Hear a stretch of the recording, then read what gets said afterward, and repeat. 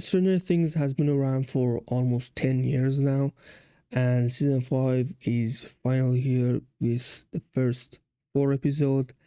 And if the first 4 episodes are any indication, we are definitely gonna end the show on a very high note. The rest of the episodes are gonna be out on 2 parts, and the next 3 episodes are gonna be out on December 26th. And the last episode, which is set to be around 2 hours, is gonna be out on January 1st, 2026. So if you haven't watched the earlier seasons, this is probably your last chance to catch up before everything wraps up. Like season 4 alone is around 13 hours. So if you want to finish the whole series before ending next month, you definitely need to start watching the last season that you haven't. The season overall is very serious and the tension is definitely there. But the script has a few flaws here and there. Nothing that hurts the bigger picture, but there's definitely flaws in the script. There are moments that you definitely feel like they are stretching the story, or the characters are repeating the emotional things that we already like passed. But overall it works. And one thing that it was interesting but I didn't really thought about it before was how much Stranger Things is like The Last of Us. Like in that game we have a middle-aged man that is losing her daughter, whose name is Sarah, to a very dramatic and sad situation, and then goes to adopt a special powered daughter, which both of their names is pretty similar, especially when you shorten it. 11, Ellie, both short for L. It's pretty close. It's just a thought. And while we're decoying for a second from Stranger Things, why don't you subscribe to the channel as well?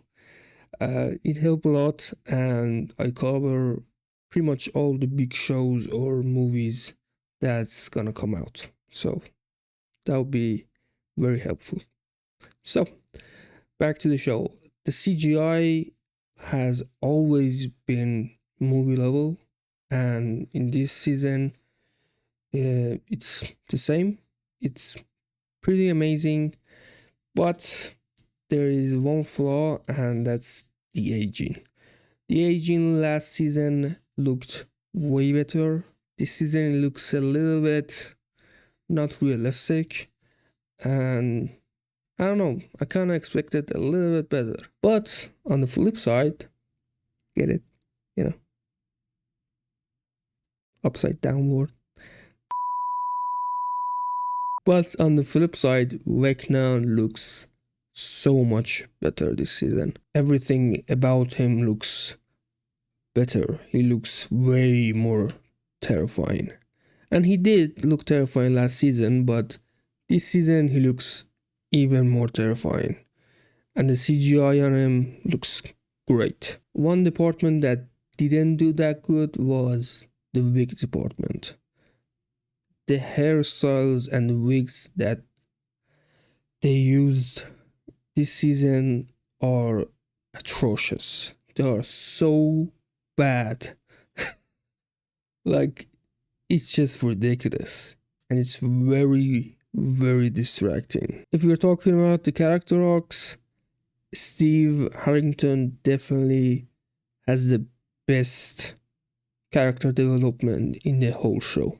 When we first met him, he was a complete douchebag. Now he is probably my favorite character in the show. Even though this season he is a little bit annoying, but still he's probably my favorite character on the show.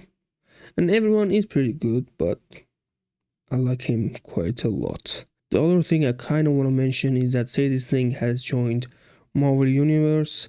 We don't know exactly who she's gonna play. We have some ideas. If you don't know who she might play, you can watch this video right here.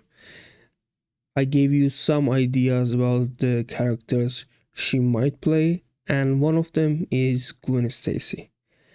And if she plays Gwen Stacy, I would love to see Caleb McLaughlin, if I'm not mistaken, play Miles Morales. I just hope that Marvel pick it up faster so he won't, age out of the role.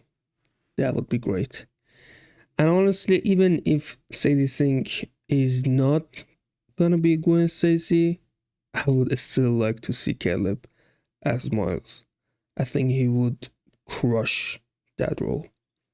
But if she is Gwen, that would also be interesting. The characters are together in this show, and they definitely have a very good chemistry together.